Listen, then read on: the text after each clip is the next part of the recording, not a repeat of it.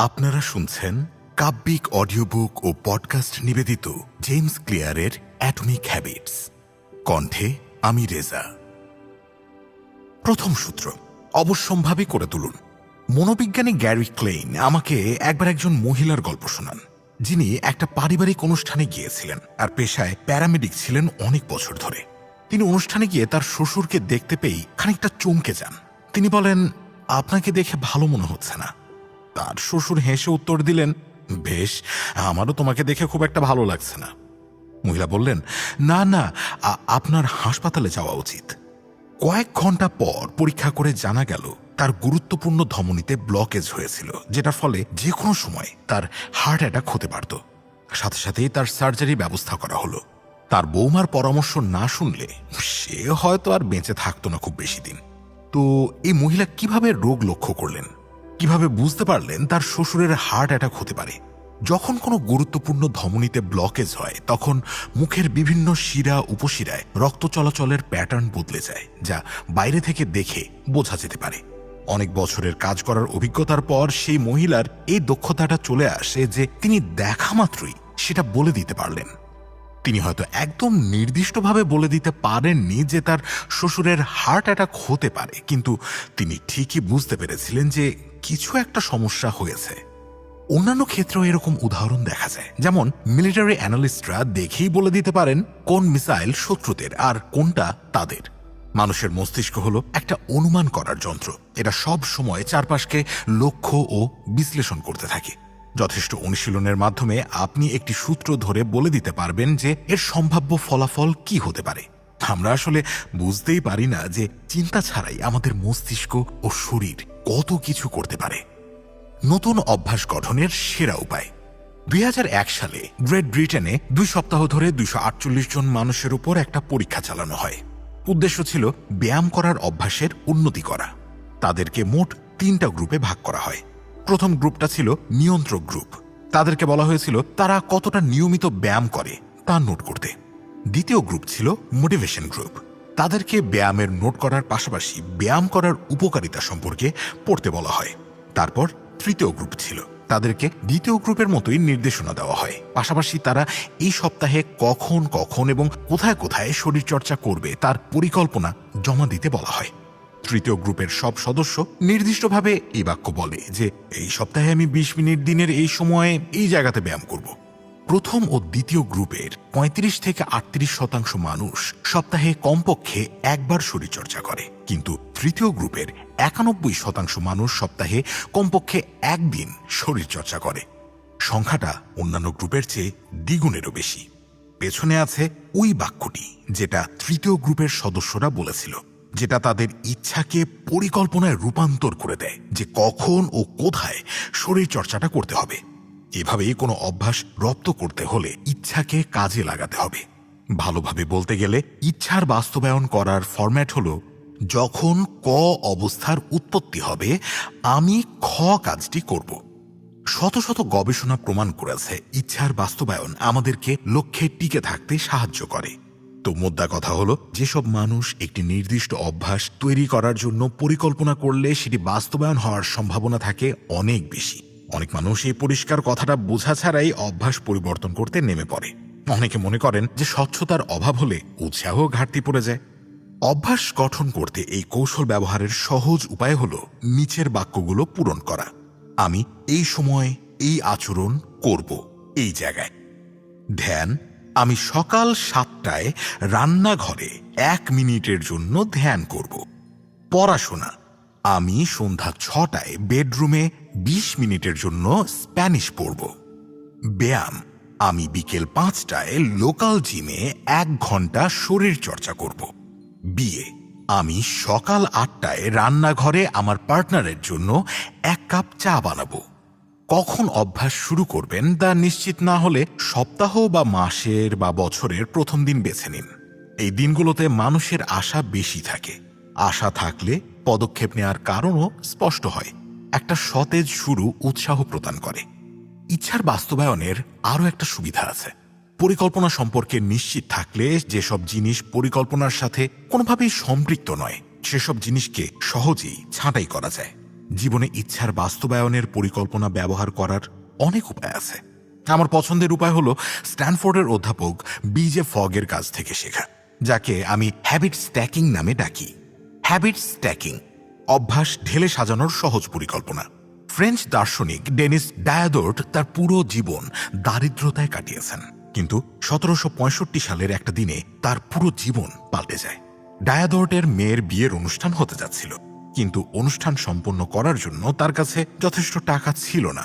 দারিদ্রতা ছাড়াও তার আরো একটা পরিচয় ছিল, তিনি সে সময়ের সেরা এনসাইক্লোপিডিয়ার সহ প্রতিষ্ঠাতা ও লেখক ছিলেন। রাশিয়ার সম্রাজ্ঞী ক্যাথরিন দ্য গ্রেট যখন ডায়াদোর্টের আর্থিক সংকটের কথা জানতে পারেন, তার হৃদয় আবেগপ্রবণ হয়ে যায়। সম্রাজ্ঞী বই পড়তে ভালোবাসতেন এবং ডায়াদোর্টের এনসাইক্লোপিডিয়া তার খুবই পছন্দের ছিল। তিনি ডায়াদোর্টের ব্যক্তিগত লাইব্রেরি কিনে নেওয়ার জন্য 1000 ইউরো অফার করেন, যা আজকের সময় প্রায় 1.5 লাখ ইউরোর সমান। দেখলেন তো, হঠাৎ করেই ডায়াদোর্টের অর্থের পরিমাণ বিশাল হয়ে গেল। এই নতুন পাওয়া অর্থ দিয়ে সে শুধু তার মেয়ের বিয়ের অনুষ্ঠান করল তাই নয়, তার জন্য একটা রাঙা পোশাকও কিনে নিলেন। ডায়াদোর্টের কেনা পোশাক দেখতে অনেক সুন্দর ছিল। তিনি লিখেছেন যে তার এই পোশাকের চেয়ে সুন্দর হয়তো আর কিছু নেই। ডায়াদোর্ট আরো নতুন ও দামি দামি জিনিস কিনতে লাগলেন, তার বাড়ি বিভিন্ন স্থাপনা দিয়ে সাজালেন। তার কাছে এসব আচরণ অসাধারণ কিছু নয়। প্রকৃতপক্ষে একটার পর একটা জিনিস কেনার একটা নাম আছে, যা হলো ডায়াদোর্ট ইফেক্ট। ডায়াদোর্ট ইফেক্ট বলে নতুন নতুন জিনিস কেনা আমাদের এমন পর্যায়ে নিয়ে যায় যেখানে আমরা আরো জিনিস কিনতে আসক্ত হয়ে পড়ি। এই প্যাটার্ন আপনি সব জায়গায় লক্ষ্য করতে পারবেন। একটা নতুন পোশাক কিনলে তার সাথে ম্যাচ করে কানের দুল আর জুতা কিনতে হয়। বেশিরভাগ মানুষের আচরণ এই চক্র অনুসরণ করে। এখন প্রশ্ন হলো, এটা গুরুত্বপূর্ণ কেন? নতুন অভ্যাস তৈরি করতে গেলে আপনি নিজের আচরণের সংযোগ ব্যবহার করতে পারেন, এতে আপনার নিজেরই লাভ হবে। নতুন অভ্যাস তৈরির একটা ভালো উপায় হলো নিজের বর্তমান অভ্যাস সম্পর্কে জানা এবং তার উপরে নতুন অভ্যাস জুড়ে দেওয়া। এটাকেই বলে হ্যাবিট স্ট্যাকিং বা অভ্যাসের স্তূপ। হ্যাবিট স্ট্যাকিং ইচ্ছার বাস্তবায়নের পরিকল্পনার একটা বিশেষ রূপ। একদম নতুন অভ্যাস তৈরি করতে নতুন সময় ও জায়গা ঠিক করার চাইতে বর্তমান অভ্যাসে নতুন অভ্যাস জুড়ে দেওয়া অনেক ভালো একটা বুদ্ধি। হ্যাবিট স্ট্যাকিং এর সূত্র হলো, বর্তমান অভ্যাস এর পরে আমি নতুন অভ্যাস চর্চা করব। উদাহরণ হিসেবে ধ্যান। প্রতিদিন সকালে 1 কাপ কফি খাওয়ার পর আমি 1 মিনিট করে ধ্যান করব। শরীর চর্চা। কাজের জুতা খুলে ফেলার পর আমি সাথে সাথে শরীর চর্চার পোশাক পরিধান করে নেব। কৃতজ্ঞতা। রাতে খাবার খেতে বসার পর আমি একটা করে জিনিস বলবো যার জন্য আমি আজকে কৃতজ্ঞ। বিয়ে। বিছানায় শোয়ার পর আমি আমার পার্টনারকে একটা চুমু দেব। নিরাপত্তা। দৌড়ের জন্য জুতা পরার পর একজন বন্ধুকে মেসেজ দিয়ে রাখবো যে আমি কখন ও কোথায় দৌড়াচ্ছি। এখানে মূল চাবিকাঠি হলো পুরনো অভ্যাসের সাথে নতুন অভ্যাস জুড়ে দেওয়া। Habit stacking. আপনার সকালের রুটিনের হ্যাবিট স্ট্যাক অনেকটা এমন হতে পারে, যেমন 1, সকালে 1 কাপ কফি খাওয়ার পর আমি 60 সেকেন্ডের জন্য ধ্যান করব। 2, 60 সেকেন্ড ধ্যান করার পর আমি পুরো দিনের কাজের তালিকা লিখব। 3, কাজের তালিকা লেখার পর আমি সাথে সাথে প্রথম কাজ করা শুরু করব। অথবা সন্ধ্যায় এই হ্যাবিট স্ট্যাকও অনুসরণ করতে পারেন। 1, রাতের খাবার শেষ করবার পর আমি সাথে সাথে আমার প্লেট ডিশওয়াশারে রেখে আসব। 2, তারপর আমি সাথে সাথে খাবার টেবিল পরিষ্কার করে নেব। 3, সবকিছু পরিষ্কার করে ফেলার পর আমি সকালের জন্য কফি মগ ঠিক করে রাখব। পুরাতন অভ্যাসের মাঝে নতুন অভ্যাস যুক্ত করে দিন। উদাহরণ হিসেবে আপনার বর্তমান সকালের রুটিন হয়তো এটা: ঘুম থেকে ওঠা, বিছানা গুছিয়ে রাখা, গোসলে যাওয়া। ধরুন আপনি রাতে বই পড়ার অভ্যাস গড়ে তুলতে চান, তাহলে আপনি সকালে এরকম রুটিন করতে পারেন: ঘুম থেকে ওঠা, বিছানা গুছানো, বালিশের ওপর একটা বই রাখা, তারপর গোসলে যাওয়া। এখন যখনই রাতে বিছানায় ঘুমাতে যাবেন, আপনার পড়ার জন্য একটা বই সেখানে অপেক্ষায় থাকবে। মোটমাট বলতে গেলে হ্যাবিট স্ট্যাকিং সহজ কিছু কাজের মাধ্যমে আপনাকে নতুন অভ্যাস গড়ে তোলার সুযোগ করে দেয়। একবার এই কৌশল রপ্ত করে নিতে পারলে নতুন যে কোনো অভ্যাস গড়ে তোলা অনেক সহজ হয়ে যাবে। যেমন শরীর চর্চা। যখনই সামনে সিঁড়ি দেখব, আমি সিঁড়ি ব্যবহার করব, লিফটে উঠব না। সামাজিক দক্ষতা। কোন অনুষ্ঠানে গিয়ে আমি অপরিচিত মানুষের সাথে পরিচিত হব। অর্থনৈতিক $100 বেশি দামের কিছু কিনতে যাব, সেটা কেনার আগে 24 ঘন্টা অপেক্ষা করব। খাদ্যাভ্যাস, খাবার খেতে গেলেই আমি সবার আগে প্লেটে সবজি নেব। মানসিক অবস্থা, যখনই আমার ফোনে রিং বেজে উঠবে আমি একটা দীর্ঘশ্বাস নেব এবং ফোন উঠানোর আগে হেসে তারপর ফোন উঠাবো। হ্যাবিট স্ট্যাকিং ট্রিগার করার জন্য একটা ভালো উপায় হতে পারে আপনার বর্তমান অভ্যাসের তালিকা তৈরি করা। অভ্যাসগুলো 2টা কলামে লিখুন।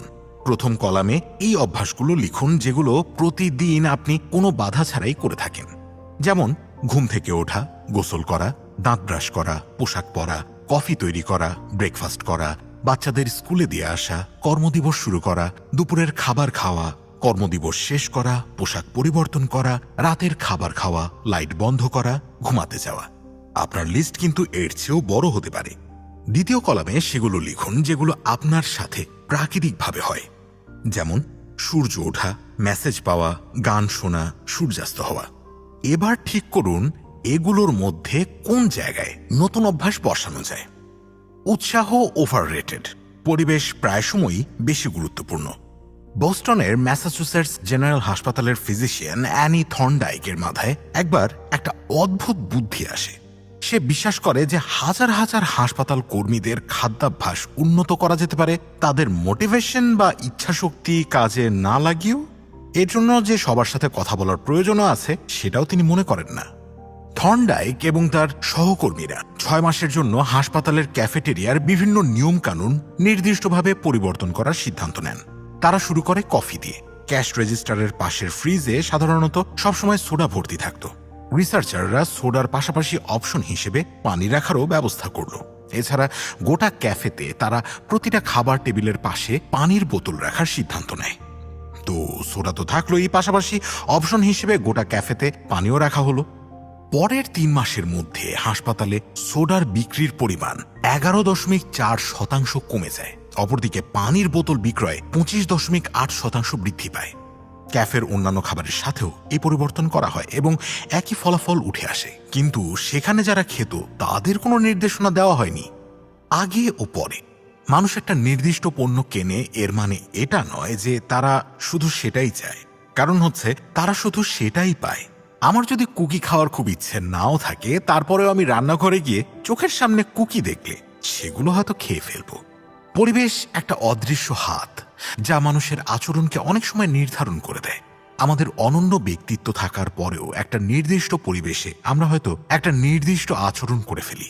এইভাবে দেখা যায় পরিবর্তনের সবচেয়ে সাধারণ গঠন মানসিক নয়, বরং শারীরিক।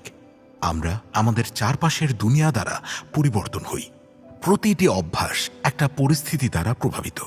1936 সালে মনোবিজ্ঞানী কার্ট লাইডেন একটা সহজ সূত্র দেন, যেখানে তিনি বলেন আচরণ হলো একটা পরিবেশে একজন ব্যক্তির ফাংশন, অর্থাৎ আচরণ ইকুয়ালস টু ফাংশন, ব্যক্তি এবং পরিবেশ। সফলতার জন্য পরিবেশকে কিভাবে সাজিয়ে নিতে হয়। 1970 সালে এনার্জি ও তেলের ঘাটতির কারণ খুঁটিয়ে দেখতে ডাচ পরীক্ষকরা দেশের এনার্জি ব্যবহারের ওপর বিশেষ নজর দেন। আমস্টারডামে এক পল্লীতে দেখা যায় কিছু বাড়ির মালিক তাদের প্রতিবেশীদের চেয়ে 30% শক্তি কম ব্যবহার করে, কিন্তু সবার বাসাই একই সাইজের এবং বিদ্যুতের দামও একই। দেখা গেল প্রতিবেশীদের সাথে তাদের পার্থক্য একটাই, বেশিরভাগ বাসার বৈদ্যুতিক মিটার ছিল বাসার একদম বেসমেন্টে, কিন্তু তাদের মিটারগুলো একদম সিঁড়ির পাশে ছিল, এমন এক জায়গায় যেখানে হর হামেশাই মিটারটা চোখে পড়ে। তো মিটার চোখে পড়লেই অবশ্যই বিদ্যুতের অপচয় কম হবে। প্রতিটা অভ্যাসের শুরু হয় একটা সূত্র থেকে, কিন্তু দুর্ভাগ্যবশত আমরা এমন এক পরিবেশে বসবাস করি যেখানে চাইলেও অনেক কিছু পরিবর্তন করা যায় না। বই পড়া অবশ্যই কঠিন হয়ে যাবে যখন বইয়ের শেলফটা গেস্ট রুমের এক কোনায় পড়ে থাকবে। নিজের পরিবেশ পুনরায় সজ্জিত করে নেওয়া যাতে সূত্র আপনাকে পরিবর্তন আনতে বাধ্য করে। আর এর উপায় হলো, আপনি যদি প্রতিদিন নিয়মিতভাবে ঔষধ নিতে চান তাহলে ঔষধের বাক্সটা আপনার খাটের পাশের টেবিলটাতে রাখুন। নিয়মিত গিটার অনুশীলন করতে চাইলে গিটার লিভিং রুমের মাঝখানে রাখুন। বেশি বেশি ধন্যবাদ নোট পাঠাতে চাইলে স্টেশনারি আপনার পাশেই রাখুন। বেশি বেশি পানি পান করতে চাইলে পানির বোতল ভর্তি করে আপনার কাছাকাছি রাখুন। পরিবেশ সুসজ্জিত করার সাথে সাথে আপনি আপনার জীবনের উপর নিজের নিয়ন্ত্রণ পুনরায় ফিরে পাবেন। আত্মনিয়ন্ত্রণের গোপন সূত্র। সাম্প্রতিক কিছু গবেষণায় দেখা যায় যেসব মানুষের খুব ভালো আত্মনিয়ন্ত্রণ আছে তাদের সাথে আত্মনিয়ন্ত্রণ না থাকা মানুষদের যে খুব বেশি পার্থক্য তা নয়। সাধারণত সেই মানুষই সবচেয়ে বেশি নিজের উপর নিয়ন্ত্রণ রাখতে পারে যারা এই গুণটা খুব কম পরিমাণে ব্যবহার করে। মুদ্রা কথা হলো এই, আপনি একটি অভ্যাস ভাঙতে পারবেন ঠিকই, কিন্তু কখনোই ভুলে যেতে পারবেন না, বা ভুলে যাওয়াটা খুবই কঠিন। এজন্য একটা ভালো বুদ্ধি হতে পারে খারাপ অভ্যাসের একদম গোড়াটা বের করে তাকে কেটে ফেলা। যেমন ফোন ঘাঁটতে ঘাঁটতে যদি এমন অবস্থা হয় যে আপনি আপনার কাজেই বসতে পারছেন না, তাহলে ফোনটা অন্য একটা রুমে কয়েক ঘন্টার জন্য লক করে রেখে আসুন। আপনার নিজের সামর্থ্যের উপর যদি সন্দেহ আসে, তাহলে সোশ্যাল মিডিয়া ব্যবহার করা বন্ধ রাখুন, কারণ এগুলোর পোস্ট আপনার মধ্যে হিংসা এবং হীনমন্যতার সৃষ্টি করে। টেলিভিশন দেখতে দেখতে যদি অনেক সময় নষ্ট হয়ে যায়, তাহলে টেলিভিশন বেডরুম থেকে বাইরে রেখে আসুন।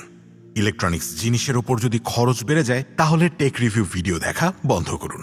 ভিডিও গেম খেলার নেশা হয়ে গেলে খেলার পর প্রতিবার কনসোল বাক্সে ভরে তালা মেরে রাখুন। আত্মনিয়ন্ত্রণ কোনো লং টার্ম কৌশল নয়, এটা একটা শর্ট টার্ম কৌশল। আত্মনিয়ন্ত্রণের গোপন সূত্র হল ভালো অভ্যাসের সূত্রকে অবশ্যম্ভাবী করে তোলা এবং খারাপ অভ্যাসের সূত্রকে অদৃশ্য করে দেওয়া।